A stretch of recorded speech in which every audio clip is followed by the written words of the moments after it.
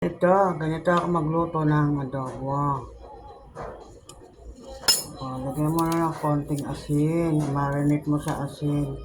Para pag kinagat may lasa na.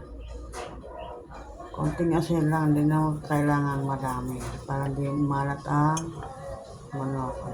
Lagyan mo na konting toyo.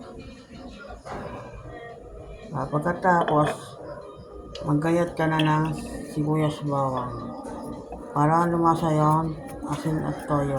Saka na mag-isa pagka gayat mo na yung sibuyas at saka yung bawang.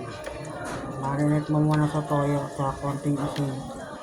Masarap ang adobo. Sinasabi ko sa iyo ang totoo. Ganito ang magluto ng adobo. Marinate ko muna sa asin. Konting asin at toyo. Saka magagayat sibuyas bawang para malasa ang iyong adobo. Hindi yung kung kerang nagigisa saka maglalagay ng asin. Ganun. Alam mo na. Ganito lang gawin mo. Bago ka maggisa.